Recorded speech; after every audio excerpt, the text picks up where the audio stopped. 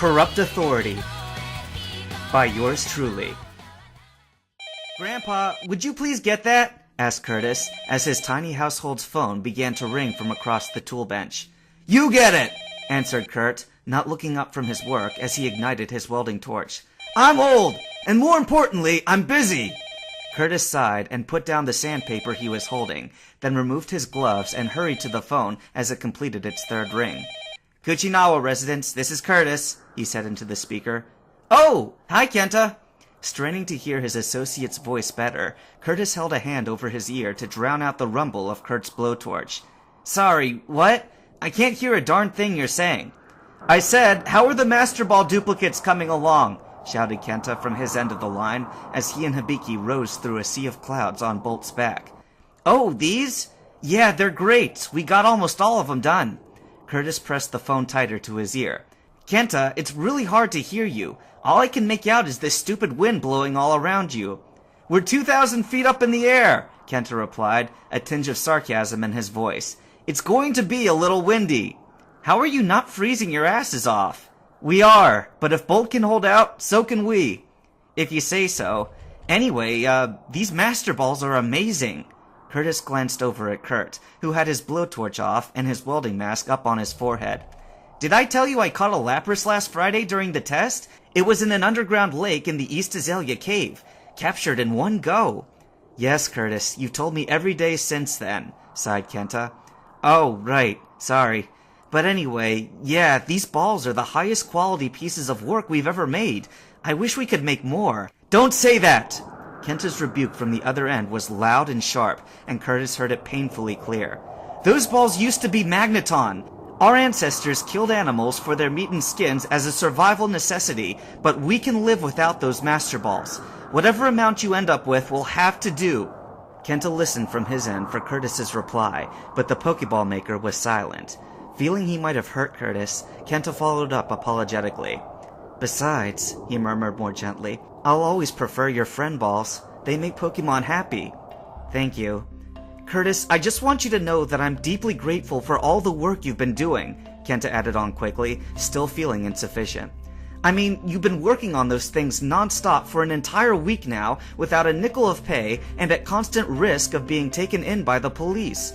On top of that, you also have kids walking into your house from dawn till dusk, demanding all the apricorn balls you've ever stashed away. I don't think I could ever repay— Hey! Injected Curtis, stopping him. It's fine, really. Do you know how happy Grandpa is? He smiled. We're total heroes over here. Grandpa feels more important with every trainer that calls release through our door. They know and we know that what we're giving them aren't just balls, they're the balls. Through us, people are becoming trainers again. And through us, he spoke closer to the receiver, well, you know, the tide will turn. That's what today's field trip is all about, said Kenta briskly. Wish us luck. Do you have your Master Ball with you? Uh-huh. Curtis smiled again. Then that won't be necessary. As both parties hung up, Hibiki tapped Kenta on the shoulder from his seat behind. Did you tell him what we were doing today? He asked, holding tightly to his hood. Kenta nodded. A while back, actually. Before or after your first speech to the fan clubs? Asked Hibiki, somewhat skeptically. You know, that talk where you said, the only thing worse than a thief is a thief who says he's done nothing wrong? Hey, I know it's wrong, but it's the only way to take back what's ours, Kenta responded, shrugging his shoulders. Besides, we're not stealing anything. We're borrowing it, without permission. Grip could use that same excuse about our Pokemon, Mr. Sparrow. That's Captain Sparrow to you. Don't forget your gloves now. Kenta's outer mannerisms maintained a facade of confidence quite contrary to his innermost thoughts. I'm already getting butterflies in my stomach over this. I've been planning it for weeks, but there's so much that could go wrong. I'm not worried so much that we'll be beaten, but more over the possibility that we could be finally identified for who we are. Crane's lab has security everywhere. There's just overwhelming protection guarding the most valuable thing in ore. The snag machine. Up until 6 years ago, it had been impossible for any trainer to steal another's Pokemon.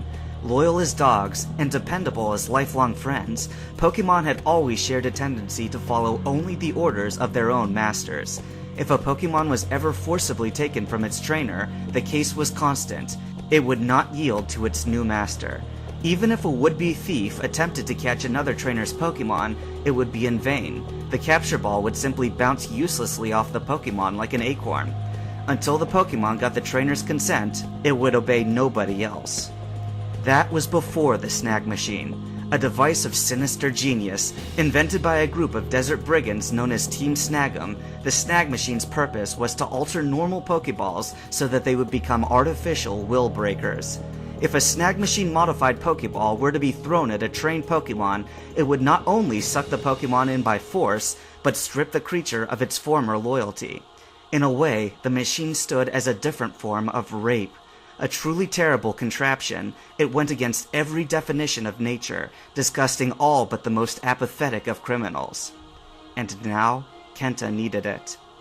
Ever since his first spy visit to Crane Laboratories before he got into Hibiki, Kenta held a constant opinion about the location. Rather than a research facility for heart purification technology, the place would have been better as a nuclear testing zone. Outside the lab's 2-mile radius of vegetation, there was nothing but desert sand and rocky soil as far as the eye could see. Nobody would be calling in to visit way out there, nor would anyone without an all-terrain vehicle be able to come. Kenta couldn't imagine who in their right minds would consider building any sort of human structure out here, except maybe for mining or archaeology expeditions. Bolt rocketed over Orr's enormous stretch of sand beds, hovering less than 10 feet off the ground. In the distance, Hibiki spotted a greenish-black patch of land and pointed ahead at it. "Look, Kenta! I think I see it!" "I think you're right," answered Kenta over the blowing of the wind. "We'll touch down once we're in a thick enough patch of trees. We can't have those guys seeing Bolt. Yet."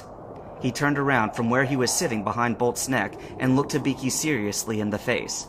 "Now, do you remember the plan? Or would you like to act it out first before we go in there for real?" Hibiki shook his head. "No, that's okay. I remember pretty well. Acting it out now would just dull the second performance." Kenta grinned and ruffled his hair. "Don't lose that self-confidence now. We're gonna need it very soon."